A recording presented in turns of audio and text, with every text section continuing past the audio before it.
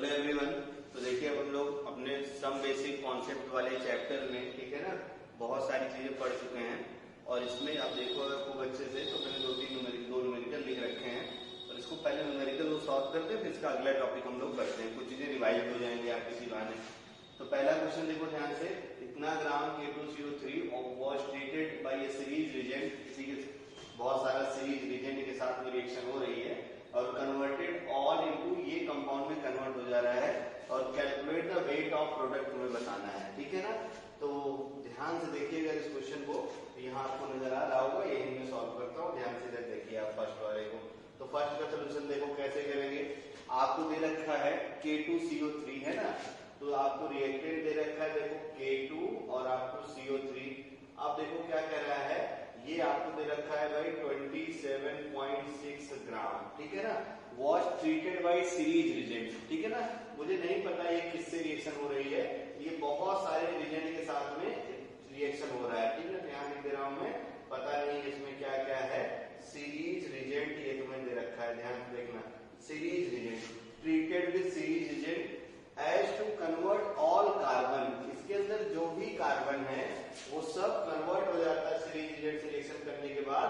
Product दे रखा है K2ZN3 और क्या दे रखा है देखो Fe और ये दे रखा है CN6 और होल ट्वाइस, ये आपको दे रखा है, ठीक है ना। चलिए आप देखिए, इतने देने के बाद आपको क्या calculate the weight of product और मॉलिक्यूलर वेट दोनों का अपने को दे रखा है। बहुत अच्छे से ध्यान से देखिए, तो हमें यहां से यहां तक पहुंचना है, कितना वेट प्रोडक्ट होगा यानी कितना ग्राम आपका ये बनेगा, ये अपने को बताना है।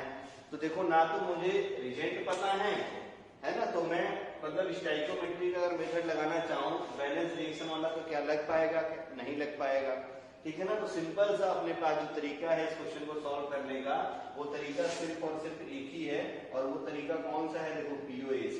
इसके अलावा ये क्वेश्चन किसी भी मेथड से नहीं बन सकता है।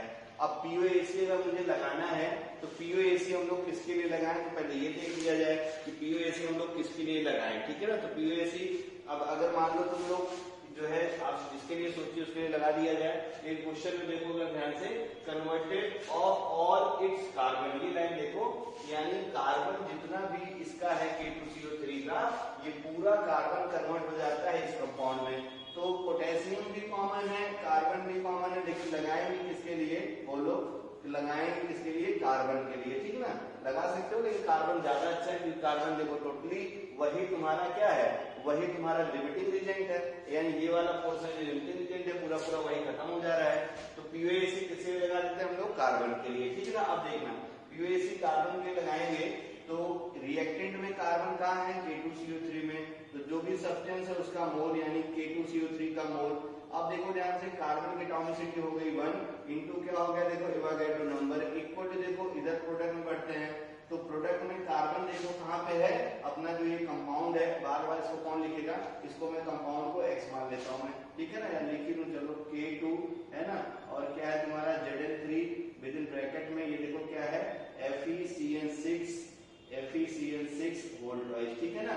और इनटू देखो ध्यान से, अब कार्बन की एटॉमिसिटी, तो कार्बन यहाँ से 6 ट्वाइस है, तो कार्बन की एटॉमिसिटी कितनी हो गई 12 into Avogadro number, Avogadro number cancel हो गया, मोल K2CO3, तो K2CO3 का मोल कैसे निकलेगा, weight of substance 27.6 gram divided by molar mass of K2CO3 कितना है तुम्हारे पास देखो 138 इक्वल टू, देखो जरा ध्यान से इधर आ जाइए, तो सैंपल का मोल है ना। अब सैंपल का मोल, वेट मुझे मॉलिक्यूलर वेट पता है, मॉलिक्यूलर वेट जो है पता है और वेट आपको बताना है, तो मैं एज्यूम कर लेता हूँ इसका वेट कितना है X ग्राम, इसको अच्छे से याद रखो।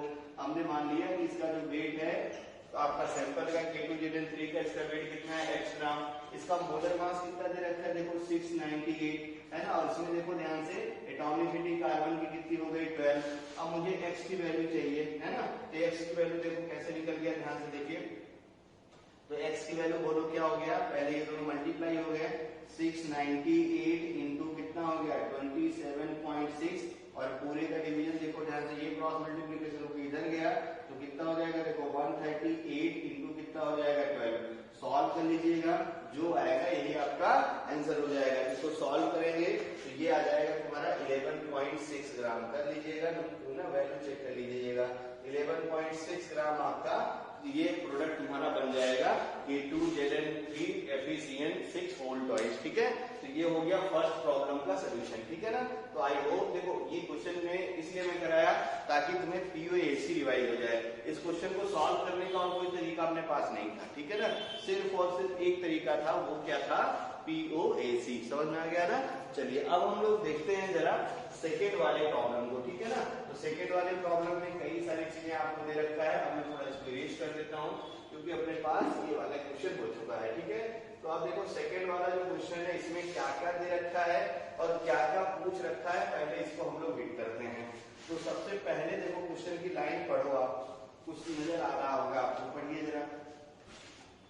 तो फर्स्ट वाले अब देखो इसमें क्या दे रखा है, गैसियस मिक्सचर है CO और CO2 का। ये देखो ध्यान से, गैसियस मिक्सचर है, ये गैसियस मिक्सचर है और इस गैसियस मिक्सचर में कार्बन मोनोऑक्साइड है और कार्बन डाइऑक्साइड है। ठीक ना, इस सब्सटेंस का एवरेज मॉलिक्यूलर मास, ठीक है ना, ध्यान से देखना, इस मिक्सचर का, ठीक ना, मॉलिक्यूलर वेट जो भी मिक्सचर है, जैसे लिखते थे M मिक्सचर ऐसे लिख दिया जाए, तो इसका जो एवरेज मॉलिक्यूलर वेट है वो कितना है, 32 के बराबर। परसेंटेज मोल कंपोजिशन, परसेंटेज मास कंपोजिशन, ये सब तुम्हें बताना है। तो तुम्हें अगर मान लो फर्स्ट वाला प्रॉब्लम करना है तो तुम्हें अच्छे से पता है मॉलिक्यूलर मास जो मिक्सचर का होता है, याद करो फार्मूला क्या था, बोलो, सब्सटेंस का मोल जो भी था N1, उसी सब्सटेंस का मॉलिक्यूलर वेट M1, याद आया, ठीक ना, प्लस क्या था, सब्सटेंस दूसरे का मोल, उस सब्सटेंस का मॉलिक्यूलर वेट M2, सब्सटेंस तीसरे का मोल, सब्सटेंस तीसरे का molecular weight and so on. और पूरे का डिवीजन क्या था, टोटल मोल यानी N1 और प्लस क्या था तुम्हारा N2, याद है ना, और प्लस क्या था तुम्हारा N3। तो ये था एवरेज मॉलिक्यूलर मास का फॉर्मूला मोल के टर्म में। ठीक ना, बहुत अच्छे से ध्यान से आप इसको देखिए, आपका काम बन जाएगा। तो सबसे पहले हम लोग मोल कंपोजिशन निकालते हैं। तो मोल कंपोजिशन हम लोग एज्यूम कर लेते हैं, ठीक ना, फर्स्ट के लिए लेट, ठीक है ना, मोल ऑफ CO, ठीक ना, mole of carbon monoxide equal to मान लेता हूं मैं X, ठीक है ना। हेंस देखिए जरा ध्यान से, हेंस मोल ऑफ, बोलो, कार्बन डाइऑक्साइड कितना हो जाएगा, 100 माइनस एक्स, क्योंकि परसेंटेज बताना है तो 100 माइनस एक्स हो गया। अब इसको सॉल्व कर लिया जाए तो देखो एवरेज मॉलिक्यूलर मास में 32 रखा है, तुमने इसको मान लो, ठीक है, इस CO को x मोल माना आपने, तो x into molecular weight carbon monoxide, carbon monoxide का मॉलिक्यूलर वेट कितना हो जाएगा 28, कार्बन का 12, ऑक्सीजन का 16, प्लस देखो ध्यान से क्या हो गया 100, है ना, 100 माइनस x मोल हो गया कार्बन डाइऑक्साइड का, और मोलर मास कार्बन डाइऑक्साइड का कितना 44, कार्बन का 12, ऑक्सीजन का 32, जोड़ दो कितना हो गया 44, और पूरे का मोल देखो कितना हो जाएगा 100।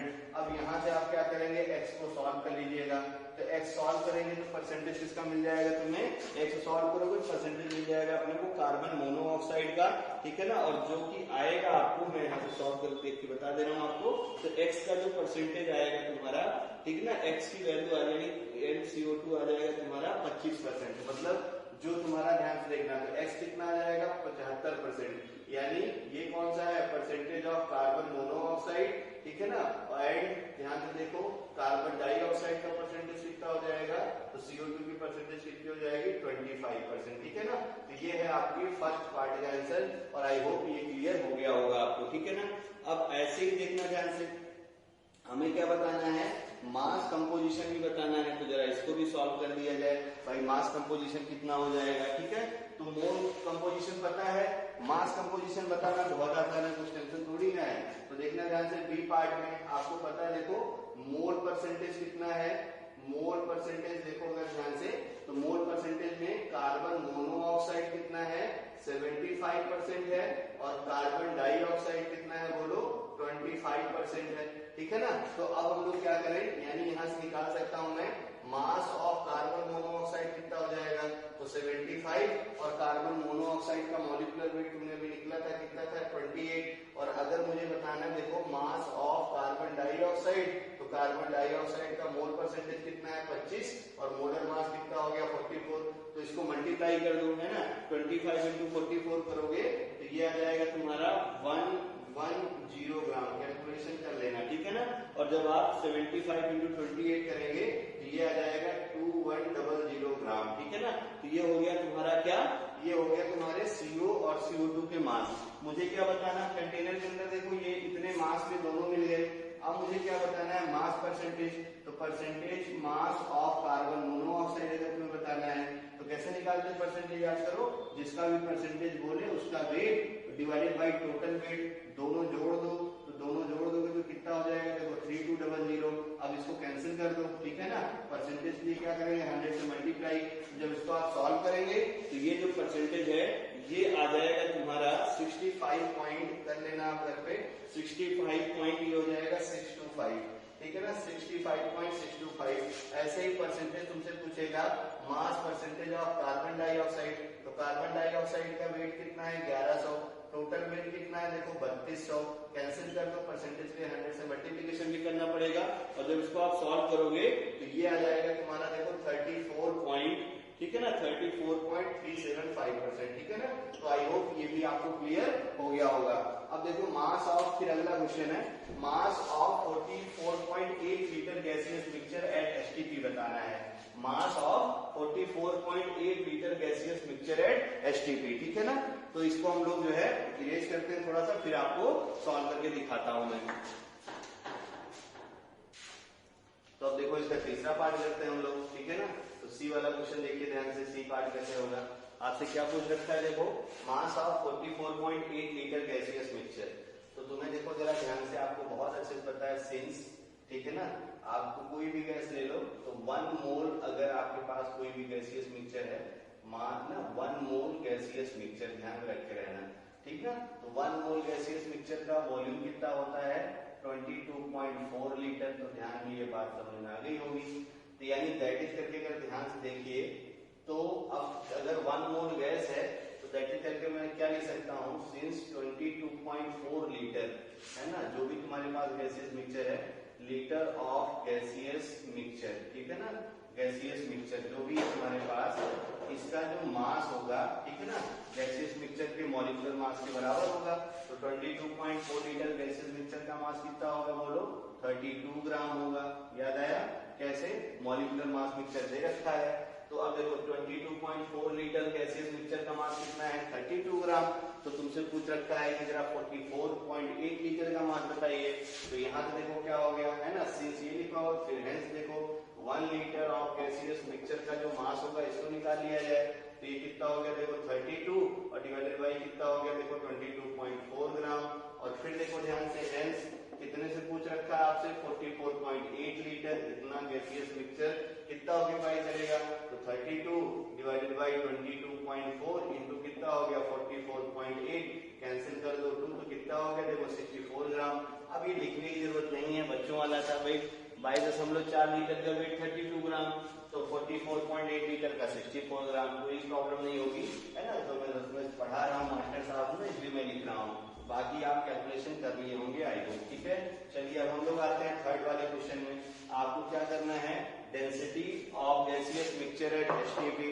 तो डेंसिटी का फार्मूला आपको पता है, याद करिए, डी वाला क्वेश्चन करते हैं।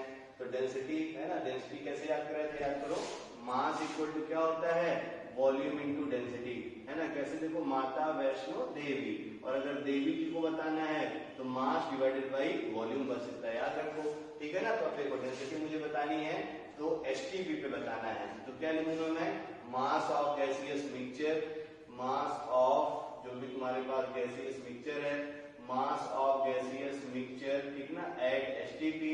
ये हो गया तुम्हारा mass of gaseous mixture eight STP divided by volume of gaseous mixture eight STP. कोई दिक्कत, ठीक ना, volume of gaseous mixture eight STP, volume of gaseous mixture, है ना, एट कहाँ पे, देखो एसटीपी कर दिया जाए भाई।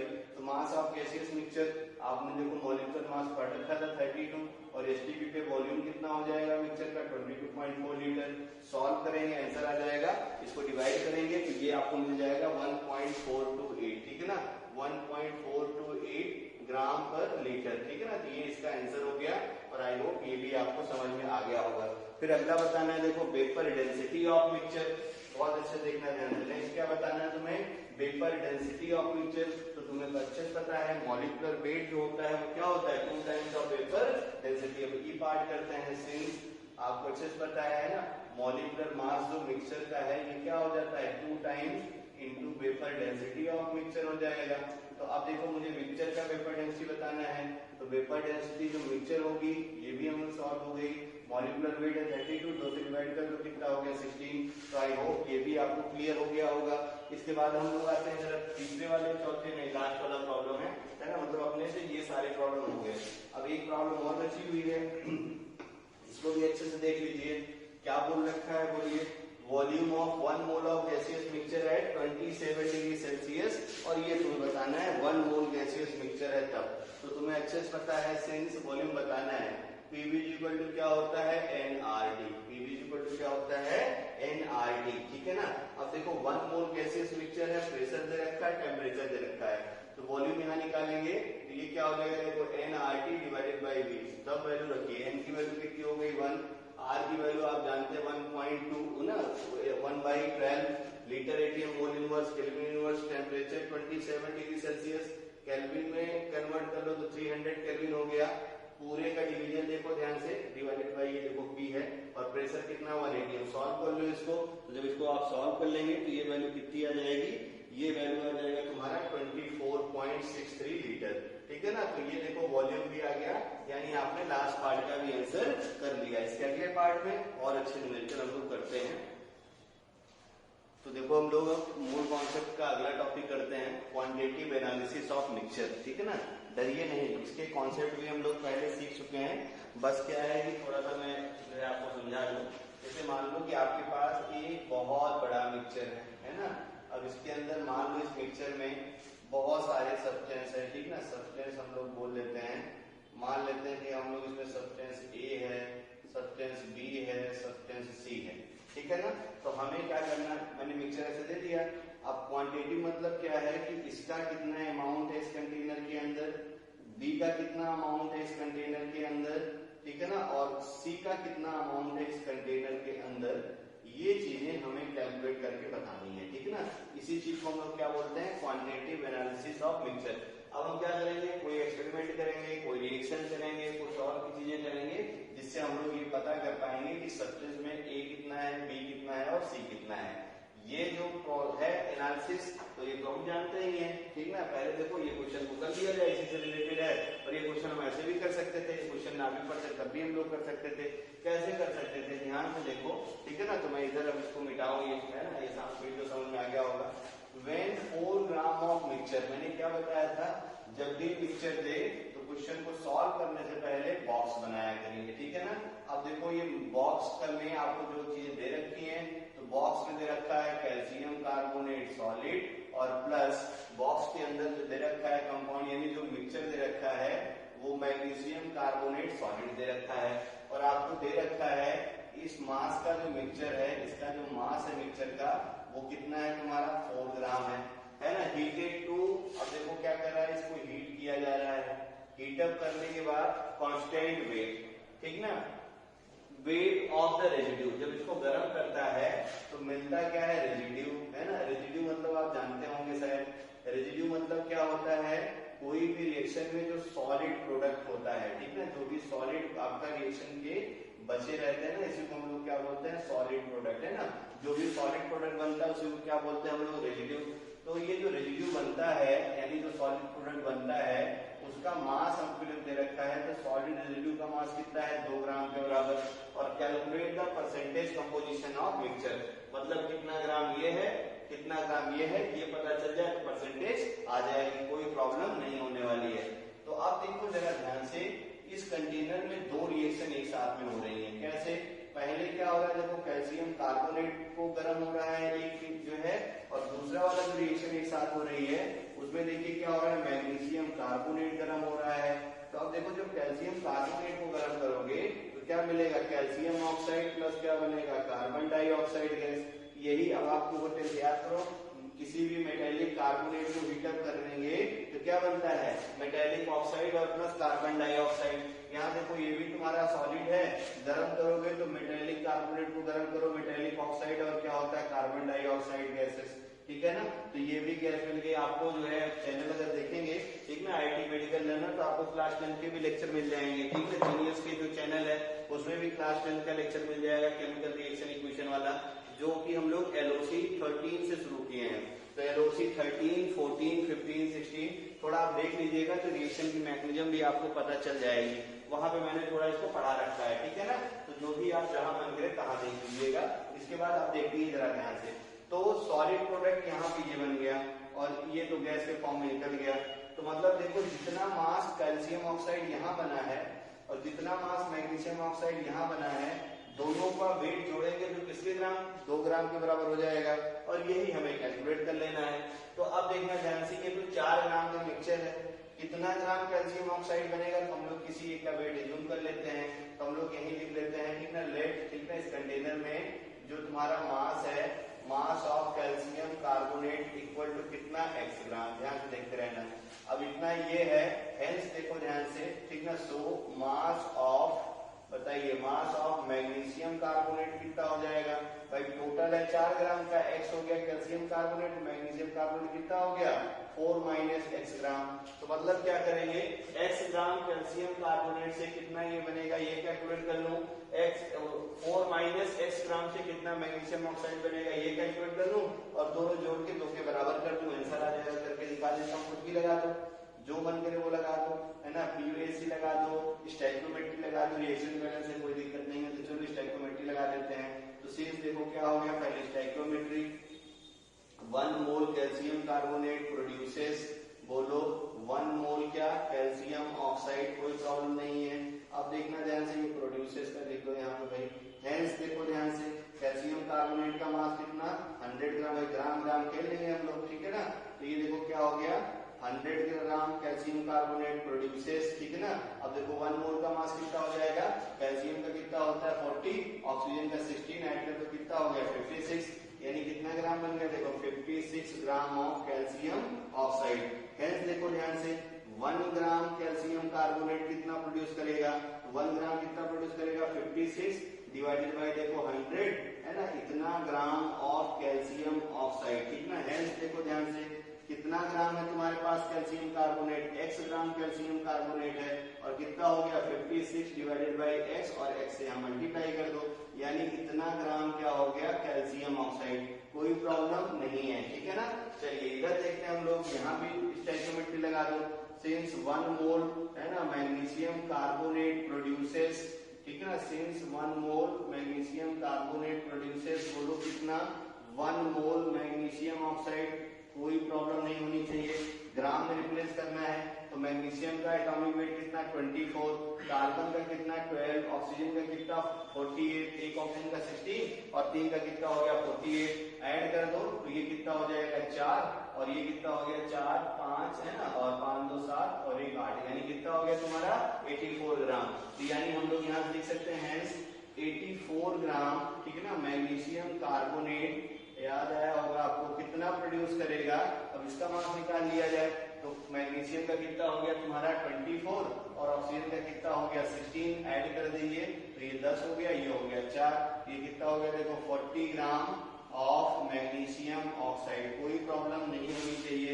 हेंस देखो ध्यान से, 1 ग्राम मैग्नीशियम कार्बोनेट कितना प्रोड्यूस करेगा, 1 ग्राम MgCO3 कितना प्रोड्यूस करेगा, तो 40 डिवाइडेड बाई कितना हो जाएगा देखो 84 gram of magnesium oxide. Hence हम लोग देखेंगे कितना ग्राम है magnesium oxide carbonate, 4 minus x ग्राम, हेंस 4 माइनस x ग्राम मैग्नीशियम कार्बोनेट कितना प्रोड्यूस करेगा, तो ये देखो कितना हो गया 40 डिवाइडेड बाई 84 और यहाँ से क्या हो जाएगा 4 minus x gram of magnesium oxide, ठीक है ना। तो ये इतना ग्राम मैग्नीशियम ऑक्साइड मिल गया। अब प्रॉब्लम सॉल्व हो गई, इतना ग्राम मैग्नीशियम ऑक्साइड मिला है और इतना ग्राम तुम्हें क्या मिला है कैल्शियम ऑक्साइड, ठीक है ना। और दोनों का वेट क्वेश्चन में दे रखा है, कितने ग्राम के बराबर है 2 ग्राम के बराबर है। तो थोड़ा इधर में लिख देता हूँ अकॉर्डिंग टू प्रॉब्लम, ठीक ना, अकॉर्डिंग टू प्रॉब्लम, बोलो प्रॉब्लम के अकॉर्डिंग तुम्हें क्या दे रखा है, प्रॉब्लम के अकॉर्डिंग ये दे रखा है मास ऑफ कैल्शियम ऑक्साइड, ठीक है ना, और प्लस बोलो मास ऑफ मैग्नीशियम ऑक्साइड किसके बराबर है, ये दे है 2 ग्राम के बराबर। डेटा तुम्हें पता है ना, मास ऑफ कैल्शियम ऑक्साइड कितना हो गया देखो 56 डिवाइडेड बाई 100x, ठीक है ना, और प्लस देखो ध्यान से इधर से क्या हो गया 40 डिवाइडेड बाई 84 और ये क्या हो गया 4 minus x is equal to 2 gram, यहाँ से क्या करेंगे, x को कैलकुलेट कर लीजिएगा। मैं इधर थोड़ा मिटा के लिख दे रहा हूँ। तो जब आप यहाँ से x कैलकुलेट करेंगे तो यानी तुम्हें मिल जाएगा, तो सॉल्व कर लेना, सॉल्व फॉर x। तो जो x आ जाएगा, ठीक है, उसका जो आपको वेट मिलेगा वो मैं लिख दे रहा हूँ। उसका जो वेट आ जाएगा वो आ जाएगा 2.86, ठीक है ना। जो तुम्हारा कैल्शियम कार्बोनेट हमने x माना है, तो यहाँ से मैं लिख दे रहा हूँ मास ऑफ, है ना, कैल्शियम कार्बोनेट, और जो तुम्हारा आएगा mass of magnesium carbonate. Solve कर लेना और आंसर को मैच कर लेना। जो आपको कैल्शियम कार्बोनेट का मास आएगा वो आ जाएगा 1.14 ग्राम। कर लेना क्वेश्चन इसको घर पे सॉल्व। और जो मास ऑफ मैग्नीशियम कार्बोनेट आएगा वो आ जाएगा तुम्हारा 2.86 ग्राम, ठीक है ना। तो ये सबके मास पता चल गए। अब मुझे क्या बताना है, मास परसेंटेज। तो परसेंटेज अगर मुझे बताना है कैल्शियम कार्बोनेट का, तो एक्सेस पता है, कैल्शियम कार्बोनेट का mass divided by total mass, यानी दोनों 4 होगा। और परसेंटेज में क्या करेंगे, 100 से मल्टीप्लाई। ऐसे तुमसे पूछ रखा है परसेंटेज किसका, बोलो मैग्नीशियम कार्बोनेट का। तो मैग्नीशियम कार्बोनेट का मास 2.86 टोटल मास इनटू क्या हो गया 100। इसको सॉल्व करोगे तो कैल्शियम कार्बोनेट का मास आ जाएगा तुम्हारा, ठीक है ना। कैल्शियम कार्बोनेट का मैंने मास ऊपर लिख दिए मैंने, ठीक है ना, सही है। तो कैल्शियम कार्बोनेट का मास आ जाएगा तुम्हारा 28.5। कैलकुलेशन एक बार देख लेना। और जो मैग्नीशियम कार्बोनेट की परसेंटेज है वो आ जाएगी 71.5, ठीक है ना। तो अच्छे से याद रख लेना। और आई होप ये क्वेश्चन समझ में आ गया होगा।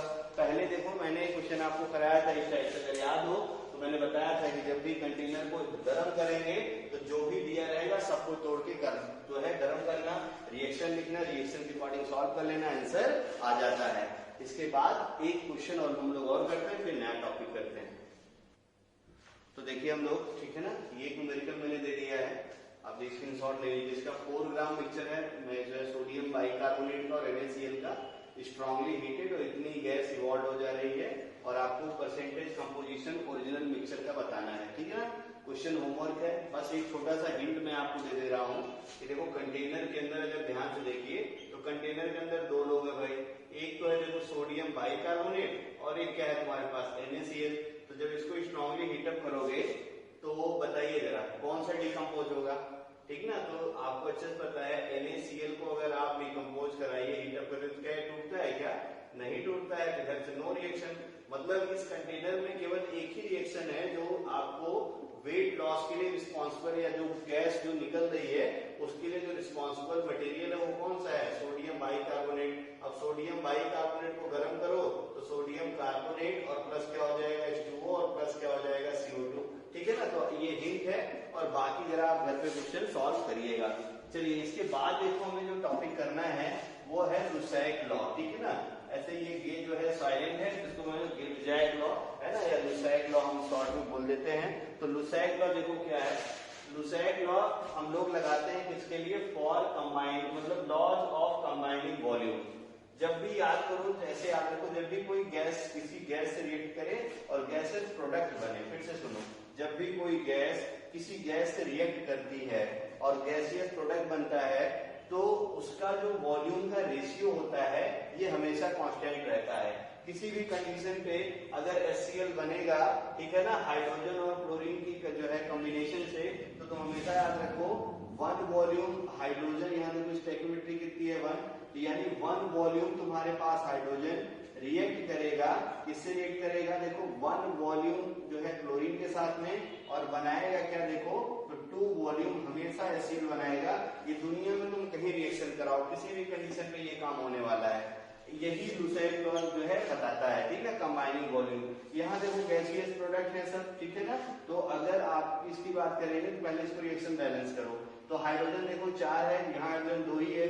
तो आप देखो जब भी 2 वॉल्यूम आपका जो है हाइड्रोजन रिएक्ट करेगा, 1 वॉल्यूम मोल में लिख रहा हूँ, 1 वॉल्यूम ऑक्सीजन के साथ में, अच्छे से याद रखे रहना।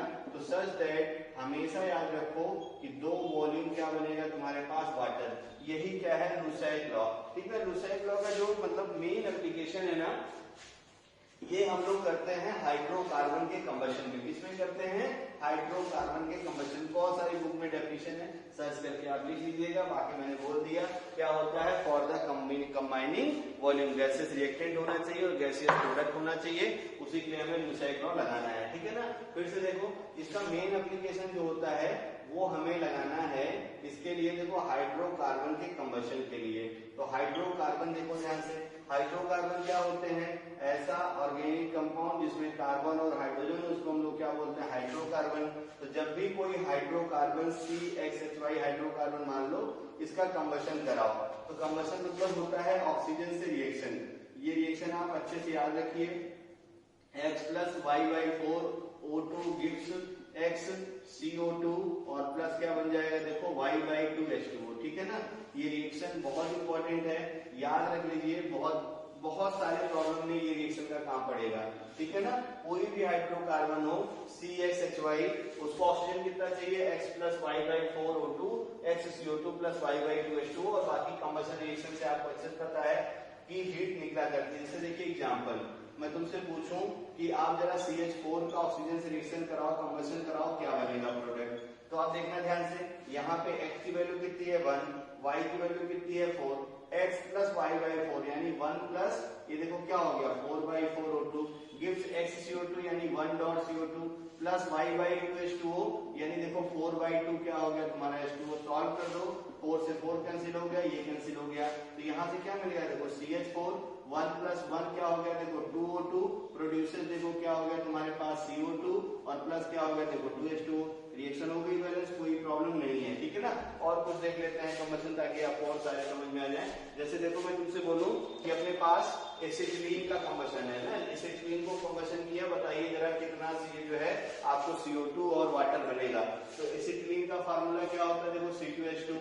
अब देखना ऑक्सीजन कितना चाहिए X + Y/4 यानी 2/4 O2 प्रोड्यूसेस X CO2 यानी कितना CO2 हो गया देखो 2 CO2 प्लस Y/2 H2O यानी कितना हो गया 2/2 H2O। रिएक्शन बैलेंस कर लो, 2 1 जा 2 2 2 जा 4, ये देखो क्या हो गया C2H2 और प्लस देखो 2 2 जा 4 प्लस 1 कितना हो गया 5/2 O2 प्रोड्यूसेस X CO2, तो ये देखो X CO2 यानी कितना हो गया 2 CO2, 2 से 2 कैंसिल हो गया, कितना हो गया H2O। अब आप अच्छे जानते हैं कभी भी रिएक्शन में कोई भी रिएक्टेंट प्रोडक्ट फ्रैक्शनल नहीं लिखते हैं ना, तो जो भी डिनोमिनेटर है उससे मल्टीप्लाई कर दो, तो देखो क्या हो गया 2 C2H2 और प्लस क्या हो गया देखो 5 O2 प्रोड्यूसेस बोलो क्या हो गया 4 CO2 और प्लस क्या हो गया बोलो 5 जो है 2 H2O, ठीक है ना।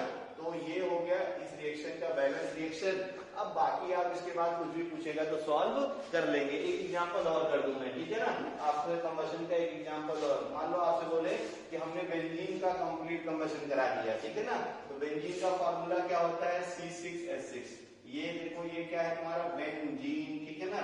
तो बेंजीन का कंबशन अगर कराऊंगा X + Y/4 यानी 6/4 O2 कितना CO2 बनेगा X CO2, X की वैल्यू क्या है 6 CO2 प्लस Y/2 H2O यानी क्या हो गया देखो 6/2 H2O। सॉल्व कर दो, ये हो गया 3, थोड़ा और सॉल्व कर लिया जाए 2 3 जा 6 2 2 जा 4, ये देखो क्या हो गया याद करो C6H6 और प्लस क्या हो गया 6 2 जा 12 प्लस 3 कितना हो गया देखो 15/2 O2 प्रोड्यूसेस X CO2 यानी 6 CO2 और प्लस क्या हो गया देखो 3H2O, है ना। क्रॉस मल्टीप्लिकेशन कर दिया जाए 2C6H6 प्लस क्या हो गया देखो 15 O2 प्रोड्यूसेस ये देखो कितना हो गया 12 CO2 प्लस क्या हो गया 6H2O।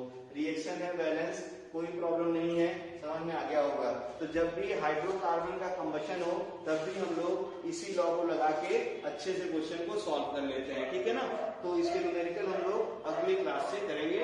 यहाँ तक के वीडियो को अच्छे से देखिए, नोट्स अच्छे से बनाते रहिए शुरुआत से, और प्रॉब्लम RCM नरेंद्र अवस्थी खूब अच्छे से सॉल्व करते रहिए। Thank you.